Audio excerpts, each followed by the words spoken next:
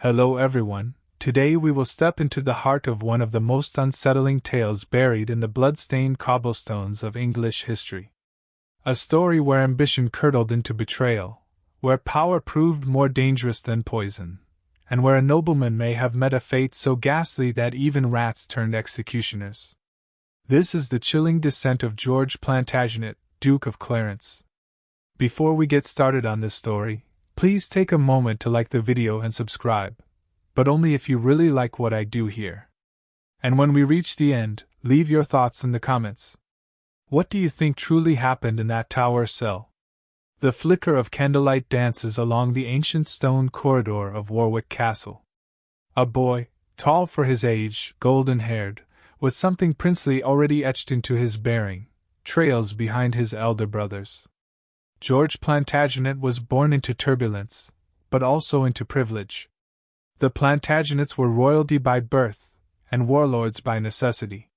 His father, Richard, Duke of York, had laid claim to the English throne. His mother, Cecily Neville, was as formidable as any kingmaker. But war has little patience for bloodlines when ambition runs high. George watched his brothers blaze trails through history. Edward, charismatic and unrelenting, fought his way onto the English throne and crowned himself Edward IV. Richard, the youngest, was quiet but observant. He would one day become Richard III. But George? He was caught between them. Not just in age, but in identity. Too bold to be quiet, too reckless to lead. He wanted more. As the Wars of the Roses gripped England in a tempest of shifting allegiances and savage battles, George aligned himself with the winning side, his brother Edward. He was rewarded handsomely, the title of Duke of Clarence, lands, wealth, and influence. But power, once tasted, rarely satisfies. And soon, George began to dream not just of serving a king, but of replacing one.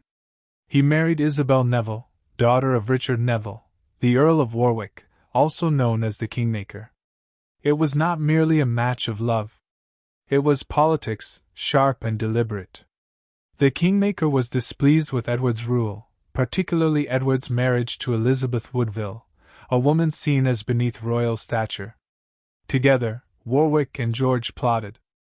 In 1469, George turned on his brother.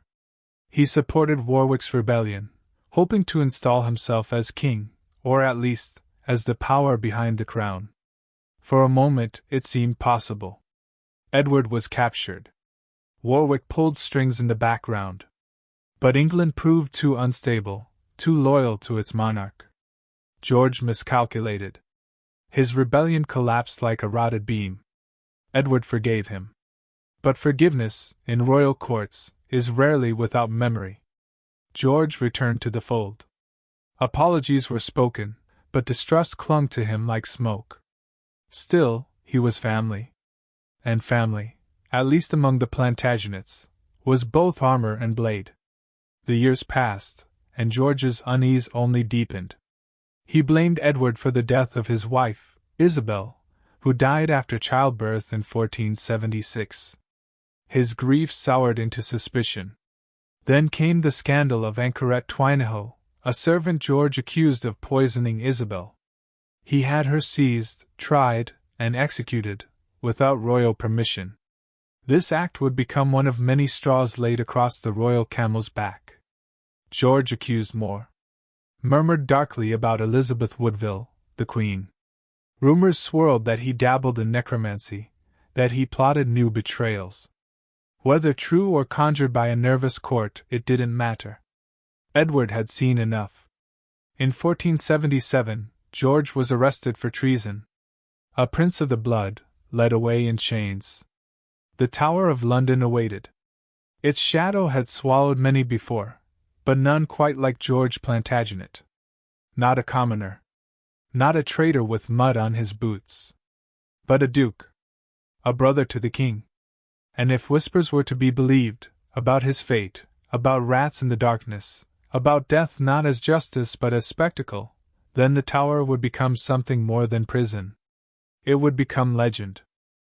The tower loomed ahead like a jagged crown pressed into the earth, its grey stones blackened with age and soaked in the unspoken sins of England's elite. George Plantagenet, once the dazzling Duke of Clarence, did not ride in under ceremony this time. No retinue, no banners bearing his sigil. Only iron clinks of shackles and the creaking of a cart's wheels through the mud-churned streets of London. The citizens didn't cheer. They didn't curse either. They watched, silent, almost reverent, as if witnessing the fall of a comet that had burned too brightly. The tower's gates groaned open, and the darkness inside swallowed him. George had always walked in shadows, but now he was utterly alone. King Edward IV had ordered his arrest under the formal charge of high treason, but the true weight of the accusation sank deeper. It was personal. This was not about laws broken, it was about a bond shattered. George had played the game too many times, betting on rebellion, wagering his brother's love against ambition. And now, the crown he once reached for had become the blade that hovered over his neck. Inside the tower, the air was damp and metallic. His cell was no grand chamber, despite his rank. It was small, windowless, carved into the stone like a forgotten wound. The thick walls was cold, and the straw mats smelled of mildew and rot. Here, titles meant nothing. Only guilt. Only time. And George had plenty of that. The days dragged by, indistinguishable in their cruelty. No clock. No bell. Only the slow dripping of water from the ceiling and the scratching of things unseen in the walls. Sometimes he whispered to himself, not out of madness, but to hold on to the sound of his own voice. They didn't torture him, at least, not in the way he expected. There were no racks, no branding irons, no inquisitors with gleaming tools. Instead, there was silence. The kind that gnaws deeper than blades. And questions. Unspoken questions that hung in the air. Would Edward really kill his own brother? Would he make it public? Or would George simply vanish, dissolved into the tower's memory, like others before him? Then came the dreams. At first they were fragments, his wedding, his children, the laughter of Edward on the battlefield, the warm sun of Warwick. But they twisted, as dreams do. Isabel's face melted into a skull. The Queen sneered at him from atop a throne made of bones. His own son pointed a finger and called him traitor, with eyes too old for his young face. He awoke with sweat freezing to his skin and rats rustling in the corners. The guards brought food, if it could be called that. Gruel, stale bread, tepid water. Once, a piece of meat, raw, half-spoiled. He didn't eat that one. The rats did. They were bold now. Growing bolder. By the third week, George noticed something odd. Each night, just as the footsteps of the guards faded down the corridor, a strange scraping sound would begin.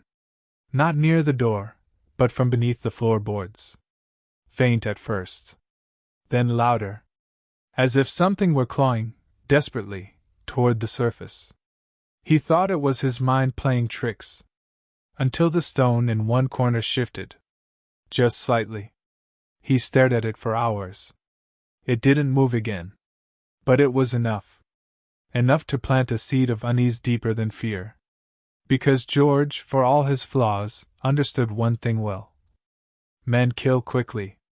But vengeance takes its time. Perhaps this was no ordinary sentence. Perhaps his brother had chosen something else for him. Something quieter. Unseen. An end fit not for a traitor, but for a warning. George remembered tales from his childhood. Whispers of cells where prisoners were left not to starve, but to be consumed. Where the darkness crawled with teeth, and judgment came not with axe or rope, but with squeals and scratches in the dark. He laughed. Too loud. The sound bounced back at him, empty. And still, the stone remained askew. He did not move it. He didn't dare. But he watched it. And he waited. Because deep down, George Plantagenet, Duke of Clarence, brother to a king, knew his time was ending. And it would not end cleanly. The moment George first heard it, he stopped chewing mid-bite. Not that the bread was worth chewing. It had the consistency of stone and tasted of mildew, but even that small discomfort paled in comparison to the sound that now reached his ears. A dragging.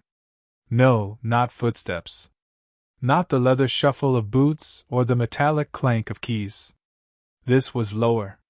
Subtle. Like something being pulled, scraped, across ancient stone. Then came the scratching. He turned, eyes fixed on the stone slab in the corner, the same one that had shifted days before. This time, it didn't move, but he could hear what lay beneath it. Claws. Tiny claws, working tirelessly in patterns that made no natural sense. It was not the frantic scurry of a frightened rat. It was something slower. Intentional. George backed into the opposite wall. His breath came in shallow bursts, chest rising and falling in sharp motions. His body trembled, though the cold had long since settled into his bones. The tower had many cells, but none were like this. Deep within the belly of the fortress, his was lower than most. No windows. No breeze. Just damp air, old air, air that hadn't been touched by daylight in decades. And now, as he pressed his back against the wall, George realized this cell may have been built for more than imprisonment. It was a place of forgetting. Of erasure. And something was waking beneath it. That night the rats came. First only one, emerging from the cracked corner where the stone slab lay. It stared at him, its eyes glistening like droplets of oil, unmoving. Then another. And another. Until 5 of them stood in the open, silent. George shouted. He threw the wooden bowl at them. They didn't flinch. They simply waited. When he reached for the remains of the bread to toss again, he found it gone. Taken. While he watched the corner, the rats had circled silently behind him and removed it. The next day, the guards didn't come. No food. No water. No sound. Just silence. And rats. By the second day, the rats grew bolder. They began exploring. The hem of his cloak. The corner of his blanket. His boots. He kicked at them, screamed at the walls, but nothing responded. He cried out for the guards, for the king, even for God. His voice echoed hollow through the stone and vanished into nothing. The tower does not answer. That night he awoke with a start. Something sharp grazed his ankle. He yanked his leg back, heartbeat thunderous, and scrambled into a crouch. A rat. Its teeth glinted. And behind it, more. A hole now sat exposed in the corner, where the stone had once rested neatly. It was gone. Moved entirely. In its place, darkness gaped open, unnatural and damp, like the mouth of some unseen tunnel dug by vermin and shadow alike. He tried to block it, stuffing his cloak into the hole. They tore through it. They didn't even wait for sleep. That was when George understood. This wasn't just a cell. It was an oubliette, an unmarked place designed to make men disappear. Not through executions, not through verdicts or gallows, but by slow disintegration. Not of the body alone, but of the soul. It was not the rats that were cruel. It was the silence. The abandonment. He paced to stay awake. Every time he sat, they crept forward. Every time he blinked, they edged closer. His shoes were gone now. They'd chewed through the leather. His fingers were raw from clawing at the door. No one came. The tower walls had grown colder. His dreams had changed. He no longer saw his wife or brother. He saw shadows with eyes. Walls that bled. A crown of teeth gnawing into his scalp. And in all of them, the rats waited. Watching. He no longer knew what day it was. The food returned once. A crust of bread, crawling with maggots. He ate it without thinking. Not because he was hungry, but because it proved someone still knew he existed. Even if only to prolong the game. By the end of the week, George's hands shook constantly. His lips cracked. his hair matted with filth and sweat. He no longer screamed, no longer cried. But he listened. To every scrape, every rustle. He understood now. It wasn't death they had sentenced him to. It was dread. The kind that comes one bite at a time. At some point, time lost all meaning.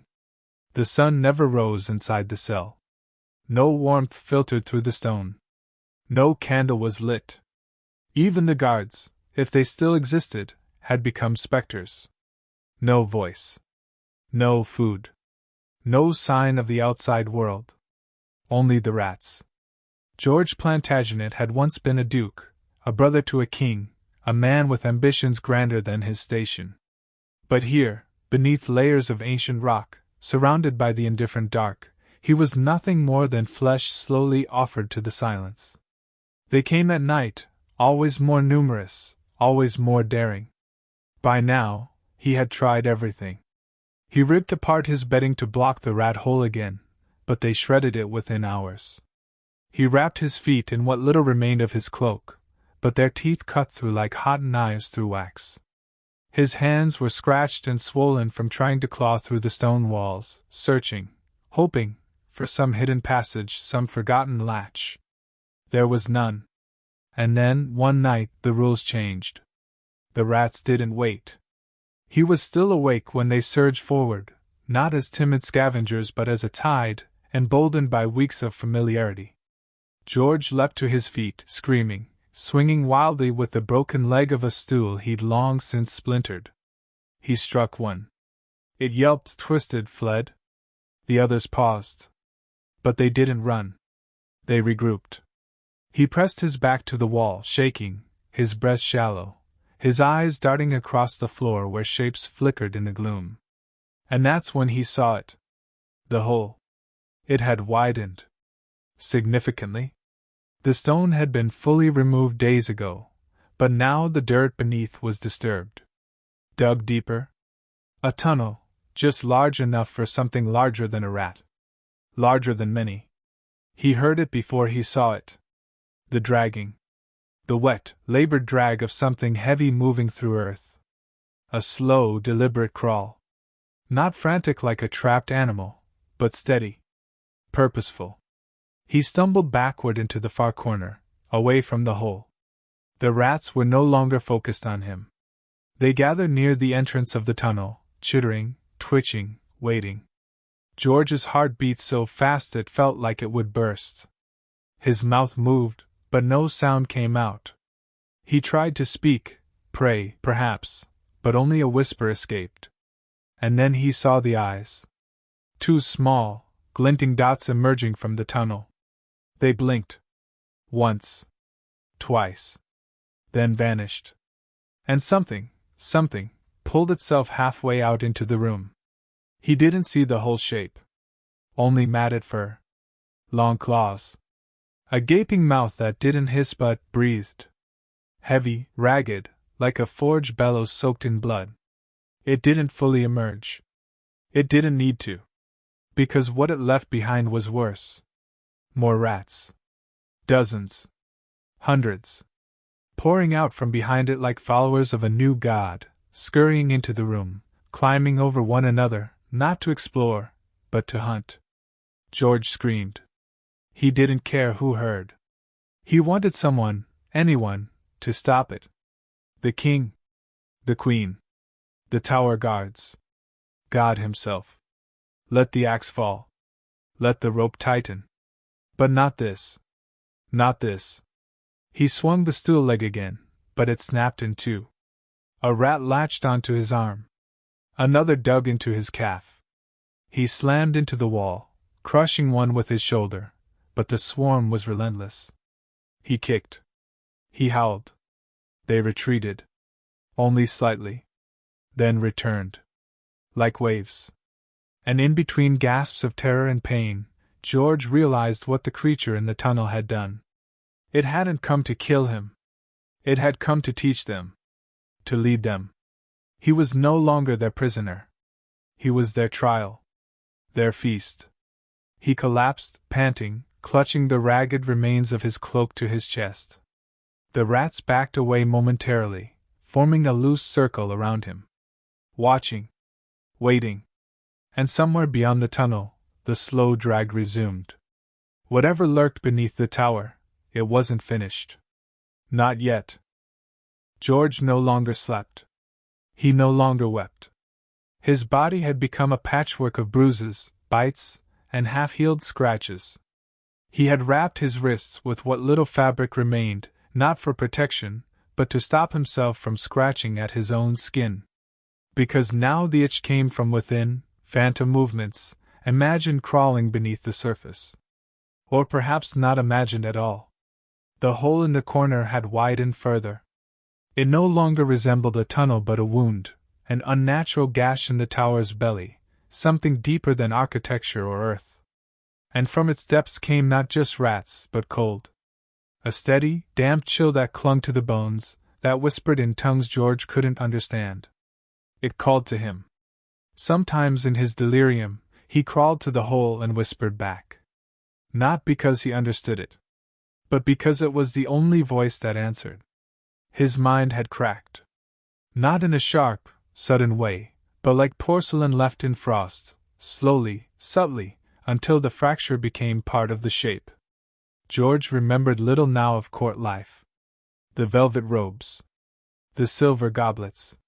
His brother's hand on his shoulder after a battle won. Those things belonged to another man. A man who believed that ambition could shield him from consequence. But here, in the tower's oubliette, when names were forgotten and screams echoed back only as silence, there was no duke. No traitor. No brother. Only prey. The rats came in shifts now. There were nights when they didn't bite, only watched. Days when they disappeared entirely, as if to let fear ferment in the vacuum. George began to fear their absence more than their attacks. It meant they were planning. Learning. He spoke to them. At first with curses. Then pleas. And finally bargaining. "I'll confess," he rasped one morning, face pressed to the stone. "I'll give you names. I'll sign anything. Just end it." But the tower kept no quills. No parchment. Only stone. And rats. Then, on what might have been the 25th day, or the 50th, something changed. The door creaked. The sound startled him more than any rat bite ever could. It was ancient and heavy, the groan of wood long unused. He turned, eyes stinging from darkness, barely able to process the shape that filled the doorway. A man. A tall figure in a dark robe. Not a guard. Not a friend. Not salvation. The figure did not speak. Did not enter. It only looked. And George, barely able to lift his head, realized this was not a rescuer. It was a witness. Someone sent not to free him, but to confirm that the punishment had worked. That the man once called Duke of Clarence no longer existed. And in the final spark of lucidity that flickered behind his eyes, George Plantagenet understood the cruel genius of his sentence. There would be no executioner, no scaffold, no record. He would not be remembered as a martyr or a casualty. He would simply vanish. The figure closed the door. The darkness returned. And the rats did too. That night, George made no sound. He didn't move. He didn't fight. He watched the hole. He waited. And when they came, he welcomed them. Because there was nothing left to devour. Only history, now rewritten by silence. And the tower kept its secrets. Beneath the stone, beneath the crown, beneath the legacy of kings and dukes, there lay a truth too terrible to be told. So it was buried, one bite at a time.